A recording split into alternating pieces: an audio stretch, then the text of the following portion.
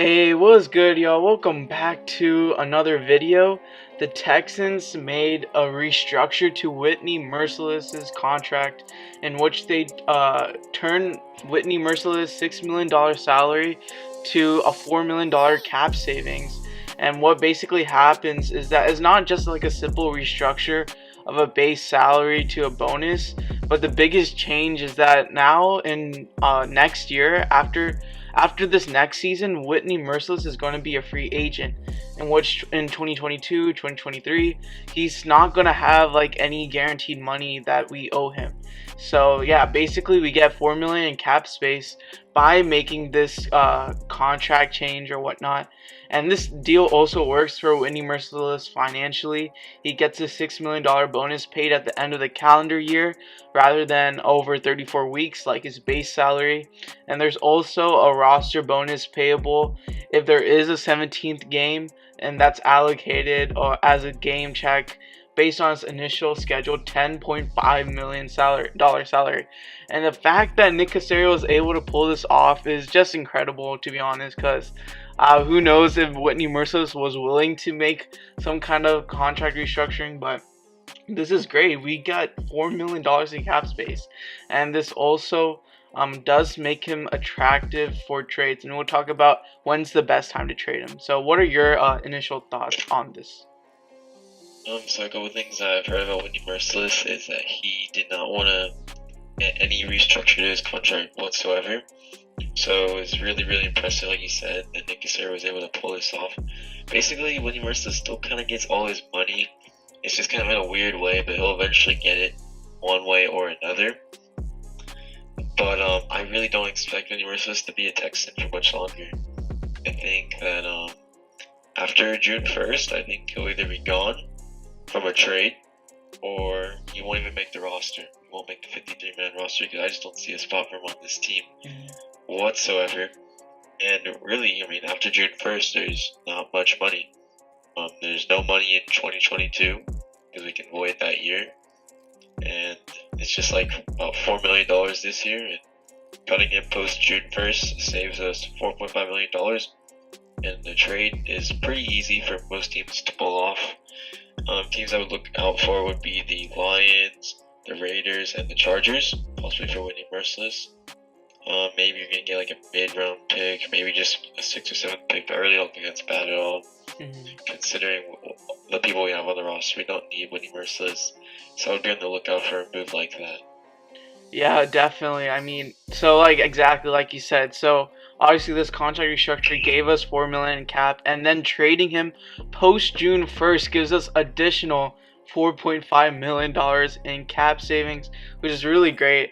And so like the best ideal option is trading him post June 1st, and the worst option is cutting him pre June 1st, because then we have 15 million dead cap if we were to cut him before June 1st. And so yeah, that's like the way it goes. And so pretty great. I mean, yeah, like you said, I mean, Whitney Mercilus isn't going to win in training camp for sure. And by doing all these signings, this like a lot of signings, Nick Caserio has made one of the most competitive training camps in the NFL probably. And so by making it more competitive, I honestly don't see Whitney Mercilus coming out on top, just because he's kind of getting older and he looked really washed last season, unfortunately. I know. I mean, Whitney Mercilus, I used to really love him. He really shined when J.J. Watt was injured, and he really took over in the past few years. But then afterwards, this past season, it just really showed how bad that contract was. And it kind of shows how Nick Caserio is like cleaning up Bill O'Brien's mistakes. Yeah, so Whitney Mercilus has never played defensive end in his career. I don't know exactly what he did at Illinois or whatever college he went to, but he's been in the Texans for like 7 or 8 years, I think. And the Texans have run a 3-4 every single year.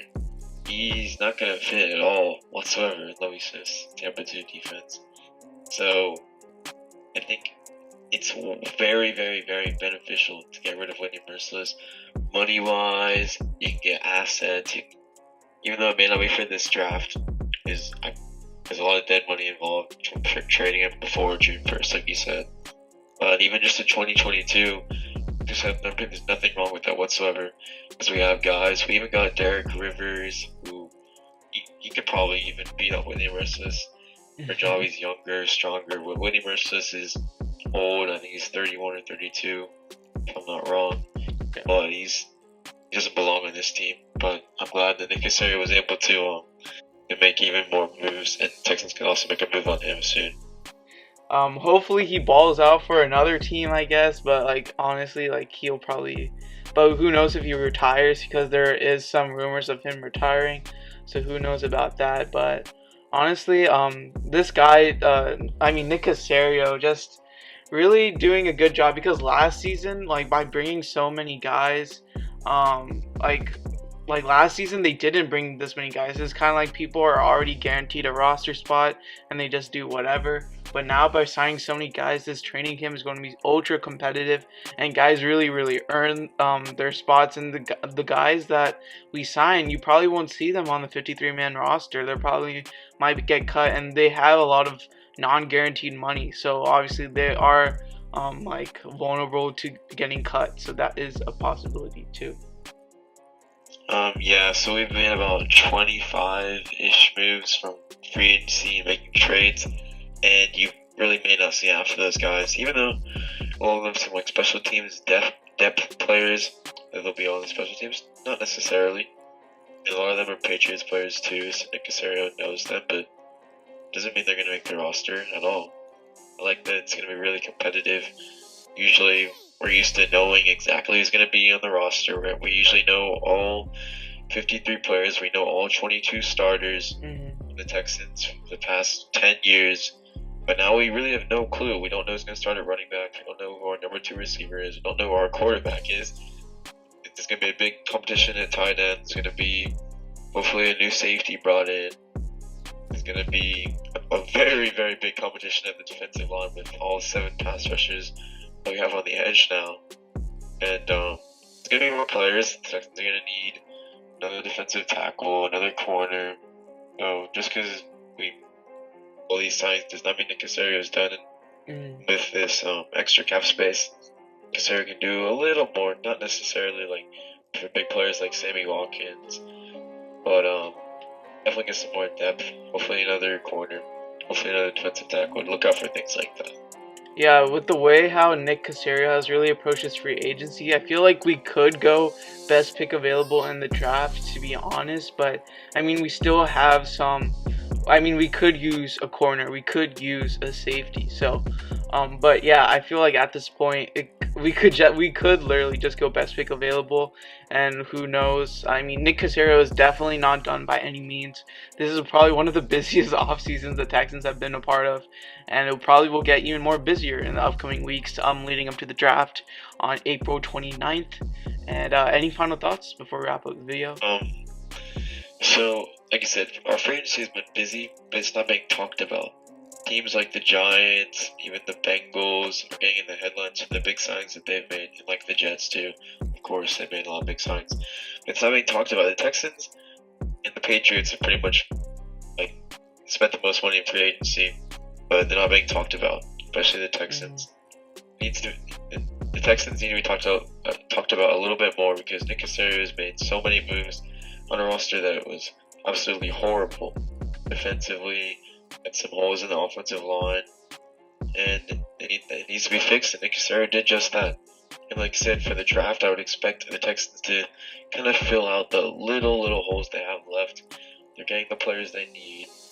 They got the linebackers they need to fit the scheme, so I think they're kind of set a linebacker. Maybe get a younger linebacker. But yeah, you could go best player available too, but I would really use the draft to fill out the roster, get exactly what you need. That's what I would do. Yeah, definitely, because it's like a combined like strategy of drafting for need versus drafting best player available. Obviously, you're not gonna draft. I don't expect the Texans to draft a linebacker in this draft, seeing how we have like 20 linebackers on the roster. But you never know, you know. But yeah, that pretty much wraps up the video. Thank y'all for watching. Be sure to like, subscribe, and turn on post notifications. Peace.